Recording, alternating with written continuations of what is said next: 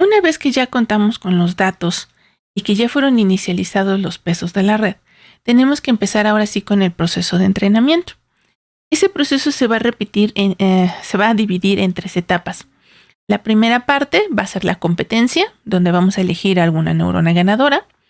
Vamos a tener también un proceso colaborativo, porque neuronas cercanas van a tratar de representar todavía pues algo cercano a ese dato, es lo que nos va a permitir que datos parecidos se encuentren en neuronas cercanas. Y después vamos a tener un proceso de adaptación, donde vamos a ir generando poco a poco esa distribución a lo largo de todo el mapa. Entonces comenzamos con el primer proceso, que es el competitivo. Bien. En el proceso competitivo, un espacio continuo de patrones de activación de entradas se mapea a un espacio de neuronas de salida discreto mediante un proceso de competencia entre las neuronas de la red. Entonces, vamos a recibir entradas en la parte de acá abajo, pero solamente vamos a activar en principio a una de las neuronas y ligeramente tal vez a las neuronas cercanas. Ahorita vamos a ver en qué consiste. Entonces, la idea es, llega un dato y va a haber una neurona que vamos a pensar que es la que representa a ese dato y le vamos a llamar la neurona ganadora. Bien, entonces, ¿cómo vamos a elegir quién es la ganadora? Dada una entrada X, encontrar la neurona para la cual el producto vectorial de los pesos por la entrada es máximo. Es básicamente un producto punto. También existe un equivalente que de hecho es el que más se identifica, y se sean los pesos dados por vectores unitarios WJ, encontrar la neurona ganadora Y para la cual se minimiza la distancia euclidiana entre el vector de entrada y el peso. Esta es la que vamos a encontrar más comúnmente en la literatura. Entonces vamos a tomar la distancia entre el vector X y el vector de pesos, pero en versión unitaria, y vamos a tratar de encontrar cuál es aquella neurona para la cual esta distancia es mínima. Y a esa le vamos a llamar la neurona ganadora. Le vamos a llamar I de X precisamente porque la ganadora depende del dato que acabamos de introducir en la red.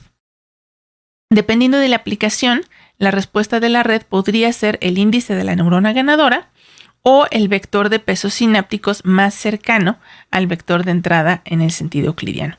Entonces, ya cuando lo estemos utilizando, a lo mejor queremos el índice, a lo mejor lo que queremos es saber cuánto valía los pesos. Recordemos que este es el que le llamábamos el código. Bien, entonces ya tenemos una neurona ganadora. Ahora, ¿qué sigue? Colaboración. Existe evidencia neurobiológica de interacción lateral entre un conjunto de neuronas excitadas en el cerebro humano. Esta es básicamente la inspiración biológica. Tenemos una neurona ganadora, pero también hay, las que estén más cerca, vamos a tratar de hacer que reaccionen similarmente, mientras que vamos a tratar de inhibir lo que esté pasando con las que estén más alejadas. Bien, entonces se va a definir una vecindad, sea H de J, I, la vecindad topológica centrada en la neurona ganadora Y con vecinos J. Entonces estaríamos pensando que esta de acá, esta sería Y, y estos de acá van a ser los vecinos J. Pues observemos nada más en este momento que los nombres de los índices tienen que ver con conexiones laterales, vecindad lateral. Ahorita ya no estamos hablando de la capa de abajo. Bien, entonces la vecindad de los cercanos J hacia la ganadora Y en general va a depender del tiempo. Lo que vamos a hacer es que al inicio del algoritmo los vecinos van a ser prácticamente todos. Conforme vayamos avanzando el entrenamiento, vamos a ir encogiendo esa vecindad hasta quedarnos solamente con unos poquitos o probablemente solo la ganadora. Entonces, por eso tenemos aquí esta fórmula para calcular la vecindad, donde vamos a ir utilizando otra vez la idea de la campana gaussiana. Entonces, si esta es la neurona ganadora, imaginémonos de momento una especie de gaussiana aquí.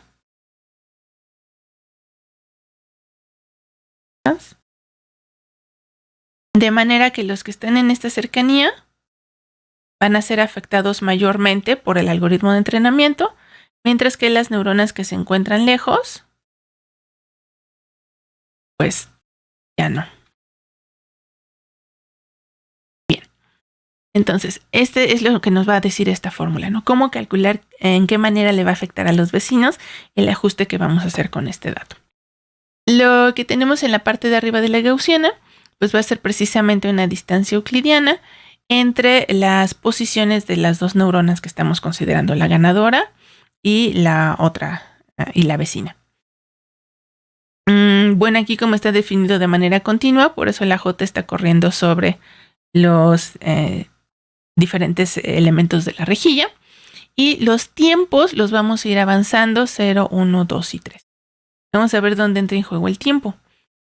Recordemos que el ancho de una campana gaussiana depende de la varianza.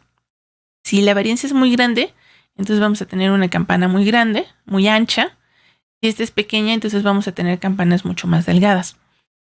La forma en la que vamos a cambiar entonces a cuántos vecinos tomamos en cuenta es cambiando el valor de la varianza.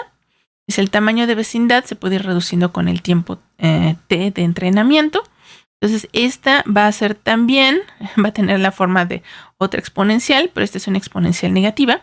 Entonces va a ir encogiendo su magnitud rápidamente con el tiempo, de manera que al principio tengamos vecindades anchas y conforme avance T vamos a ir teniendo vecindades cada vez más delgadas. Entonces sigma 0 va a ser el valor inicial de nuestra varianza y tau 1 es una constante temporal que nos va a indicar qué tan rápidamente vamos a encoger esta vecindad. La idea es que si esta vecindad llega a tener prácticamente el valor 0, pues entonces solamente vamos a estar trabajando con la neurona ganadora y ya no vamos a tomar en cuenta a sus vecinos.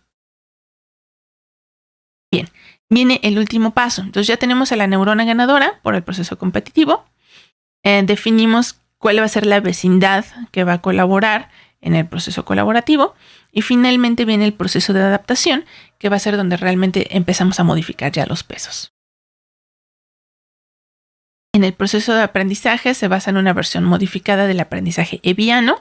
Entonces, aquí ya no estamos hablando de backpropagation ni nada por el estilo, una versión diferente. El postulado de Ebb dice que el peso de la sinapsis se incrementa con la ocurrencia simultánea de actividades presinápticas y postsinápticas.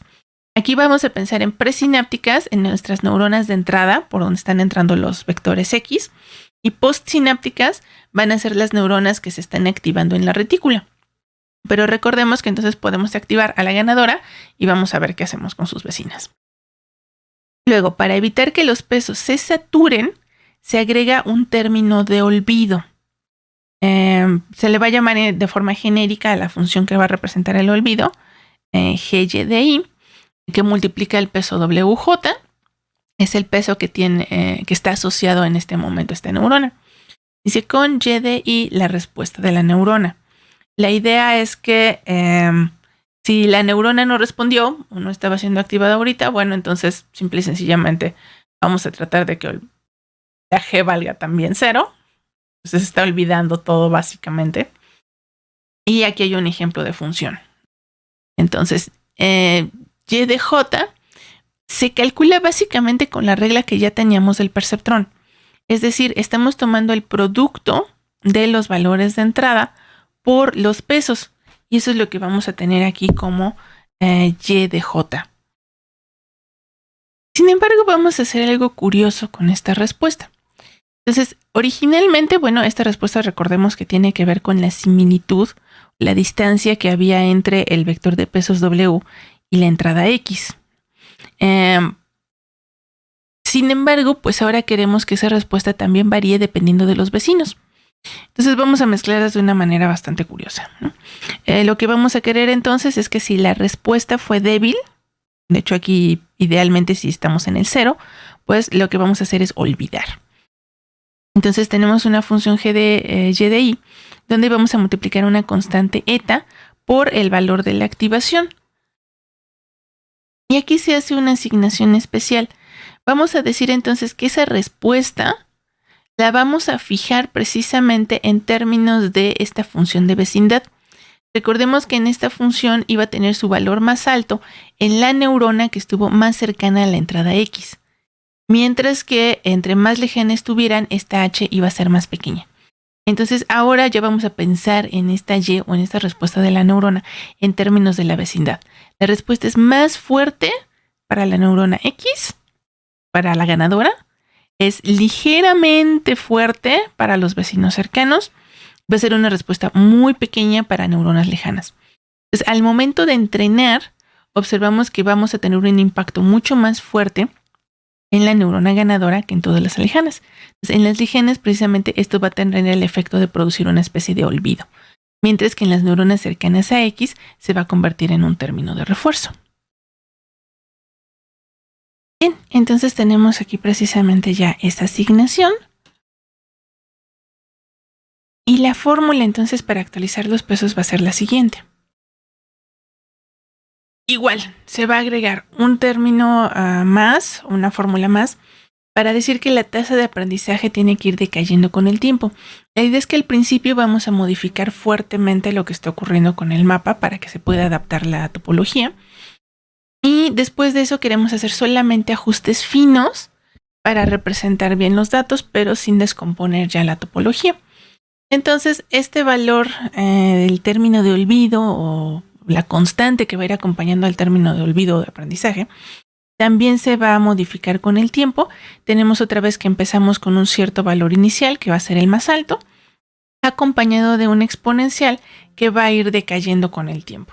Entonces, tomemos en cuenta que los dos elementos, tanto la vecindad como qué tan fuertemente se modifican los pesos, van a ir decayendo, pero con constantes temporales distintos. La vecindad con tau 1, con tau 2. Y una vez considerando esas dos modificaciones, entonces ahora sí tenemos la fórmula completa resultante, que sería que el valor del vector de pesos WJ en el tiempo t más 1 va a ser igual a el valor que tenía en el tiempo anterior, más esta constante de aprendizaje, bueno, ya no tan constante, este término de proporcionalidad para el aprendizaje, que va a ir dependiendo del tiempo, multiplicado por, decíamos, esta forma de representar a la activación de la neurona, que va a ser proporcional a la cercanía que tiene a la neurona ganadora.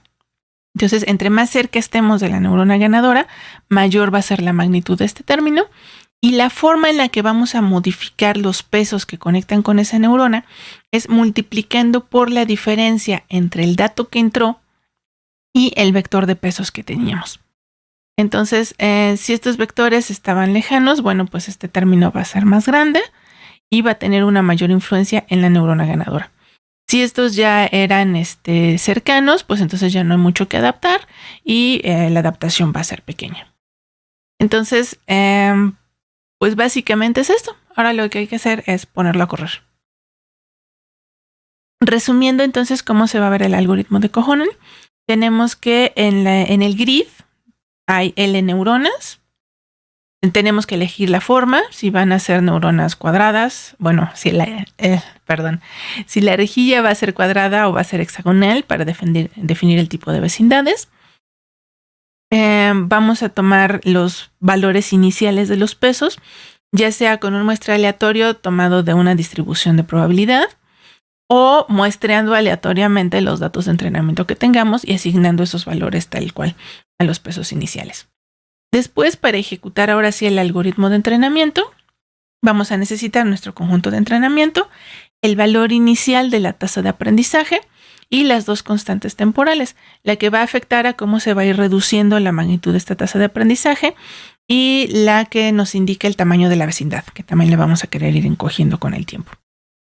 Y después de eso, esencialmente vamos a estar repitiendo este ciclo, que es seleccionar al azar alguno de los vectores del conjunto de entrenamiento, encontrar a la neurona ganadora utilizando la distancia euclidiana, la que tenga menor distancia, esa es la que vamos a decir que ganó. Determinamos a los vecinos para el tiempo dado, es decir, el ciclo en el que estemos dando vueltas. Y finalmente vamos a ajustar los pesos de los nodos con la fórmula que veíamos anteriormente. Vamos a repetir esto básicamente hasta que nuestro mapa se quede quieto y ya no haya modificaciones significativas. Hay un detalle todavía, ya en términos de en forma práctica cómo utilizar esto, es lo que vamos a mencionar ahora rápidamente, que son las fases del proceso de aprendizaje. La primera fase se le conoce como la fase de ordenamiento o autoorganización, donde se pasa del estado caótico iniciado aleatoriamente a un ordenamiento topológico de los vectores de pesos. Aquí se van a asignar los vecinos básicamente. Nos mencionan, igual puede depender del problema, pero pues una idea es que puede ser más o menos unas 1000 iteraciones o más. Se sugiere que la tasa de aprendizaje inicie con valores entre 0.1 y no descienda a menos de 0.01. Se sugieren aquí algunos valores de las constantes. Lo mismo la función de vecindad debe comenzar cubriendo prácticamente todas las neuronas para que todas se puedan mover en la retícula y reducirse hasta 2 vecinos o solo la neurona ganadora. Viene luego la segunda etapa, que sería la fase de convergencia. Durante esta etapa se realizan los ajustes finos al mapa de características. Esta es la más lenta. El número de iteraciones depende fuertemente de la dimensionalidad del espacio de entrada, algo así como 500 veces por el número de neuronas que tengamos en el latido. Entonces, pues vemos esta doble dependencia, ¿no? O sea, sí nos va a afectar cuántas dimensiones tenga el espacio de entrada, pero también nos va a afectar el número de neuronas que tengamos en la capa de salida, en el grid. La tasa de aprendizaje también debe de ser pequeña, pero no cero. De hecho, aquí hasta la llegan a mantener constante. Y lo que se busca es evitar estados metaestables, es decir, configuraciones del mapa topológico con defectos, pero que ya no se están modificando. Por eso es importante que esta constante nunca sea cero. Y la vecindad HJ,I solo debe contener a los vecinos más cercanos o a ninguno, actualizándose ya solo los pesos de la neurona ganadora. Entonces este ya nada más es el detalle fino, pero observen cómo es el que cuesta muchísimo más tiempo de cómputo. Y esa sería la esencia del algoritmo. Pues ya veremos algunas propiedades del resultado.